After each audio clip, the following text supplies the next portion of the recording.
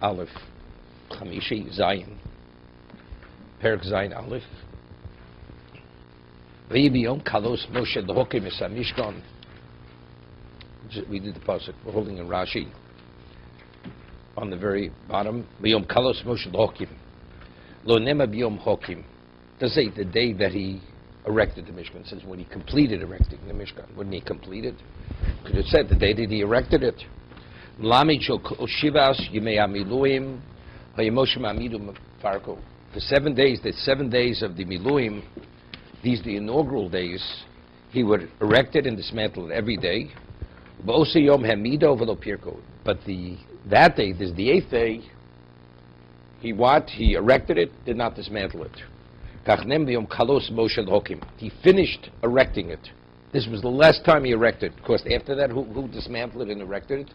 Whenever they would travel, the Levim would dismantle it and erect it. Rosh Chodesh Nisan Hoyo.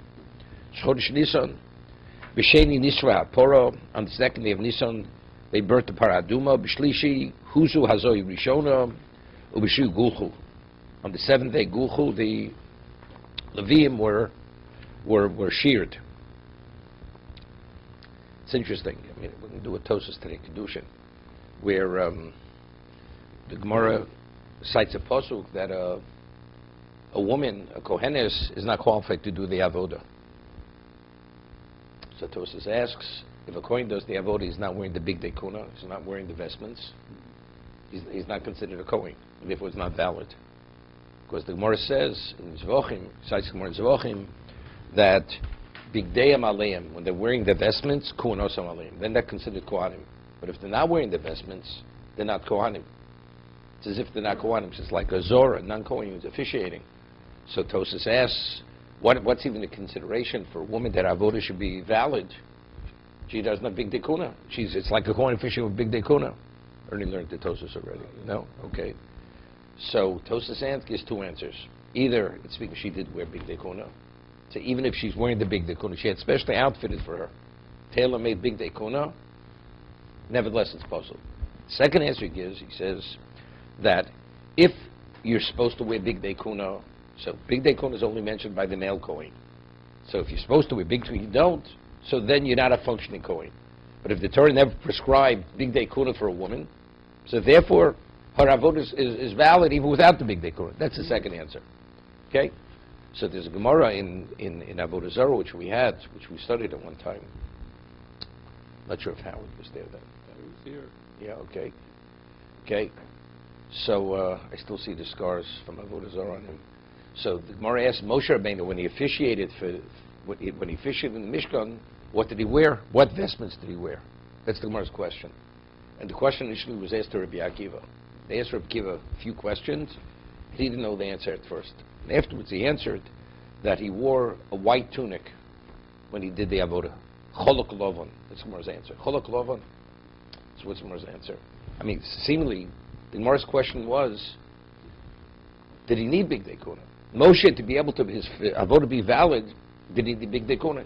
The Gemara, he didn't need big dekuna. He did not need it. The Torah only prescribed big dekuna for the Kohanim. No, but since his Avodah was valid, so maybe he needs it. The answer is, it's only the male Kohen. The Kohen needs big dekuna. Moshe Rabbeinu was qualified to officiate without big dekuna. So it's the same thing. The woman was never prescribed, and since she is a Kohenes, so we needed exclusion, that she should be excluded. So that's more has decided pasuk that she's excluded. Therefore, that's the reason why Avodah is not valid. Okay. So this was.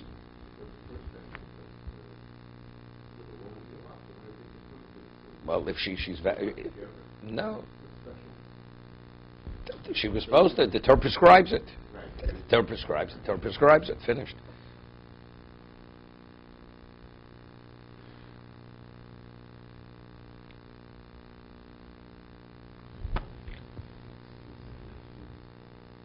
Yom Hokim. Moshe Rabbeinu officiated for 7 days. The 8th day was the last day. He erected it, and he didn't dismantle it. Said what happened during that period? That was the last day that he officiated. So good. So that we're saying what did he officiate? Did he wear big dekuna when he officiated during those 7 days? Right. That's the Gemara's question. Gemara says he wore a white tunic.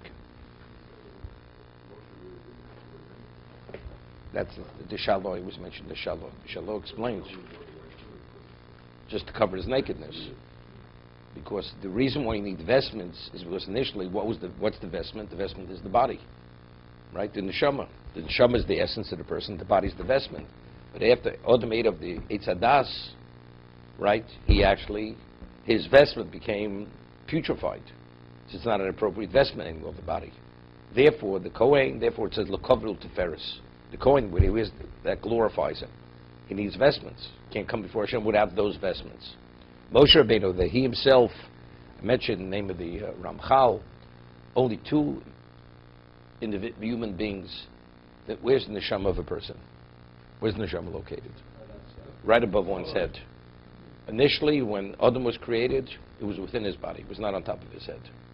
Because the body was able to contain the neshama. Because the body was holy. It was a proper vestment.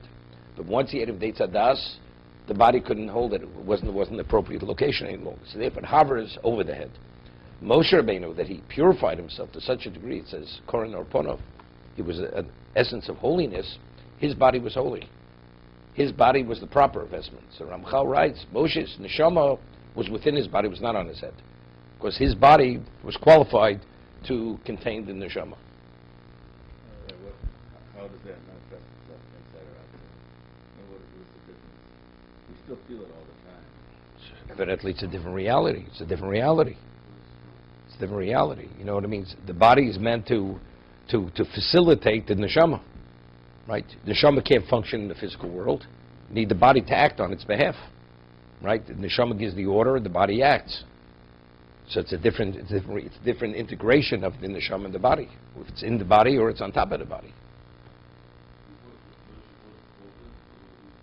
That was definitely every day he officiated. Aaron didn't officiate it. That's the most question. That's the basis for the question. I'm just mentioning it during that period of time. This was because from this time on, Aaron takes over. No, it's not talking about the officiating. Not talking about that. That's a shmini. Bibi and my shmini. That's back over there, right? No. Definitely, even the Levium erected it and dismantled it. Right? They didn't have any vestments, Levium. Right? Okay, to be continued. Let's see the Maral.